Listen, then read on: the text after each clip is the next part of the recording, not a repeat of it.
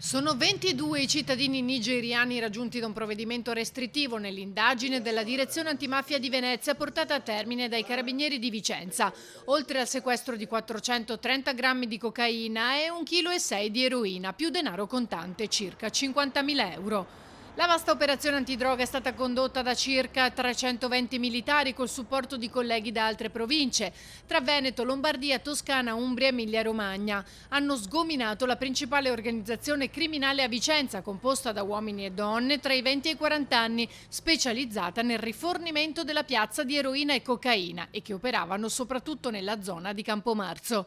L'accusa è di associazione a delinquere finalizzata al traffico di sostanze stupefacenti. Vicenza era rimasta un po' indietro nell'attività di indagine che, come è noto, aveva interessato soprattutto Verona e Padova e Venezia.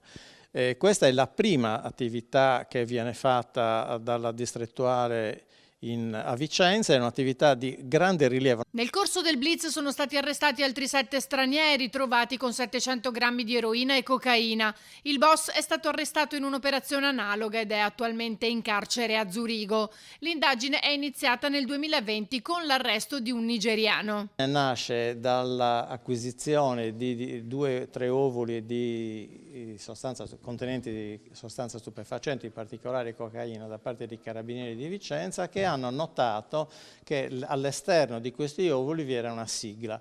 Allora, la contemporaneità della sigla in questi ovuli ha fatto pensare ad una attività che non fosse limitata alla singola cessione, ma che fosse invece il seguito di un'attività organizzata. Ecco, da questo pian piano poi si è partiti. I militari sono riusciti a delineare ogni singola figura dell'organizzazione che si approvvigionava a Padova, Ferrara e Pistoia. Fondamentali le intercettazioni. L'utilizzo dell'intercettazione è assolutamente necessario, ma è necessario per poter poi arrivare al riscontro sul campo. E voi sapete che per telefono comunque si parla per parole non dirette e quindi talvolta è poi necessario provare che quando si parla, nel caso concreto si parlava di pantaloni e pantaloncini in relazione al quantitativo di sostanza stupefacente, allora certo noi possiamo presumere che si parli di droga, ma l'attività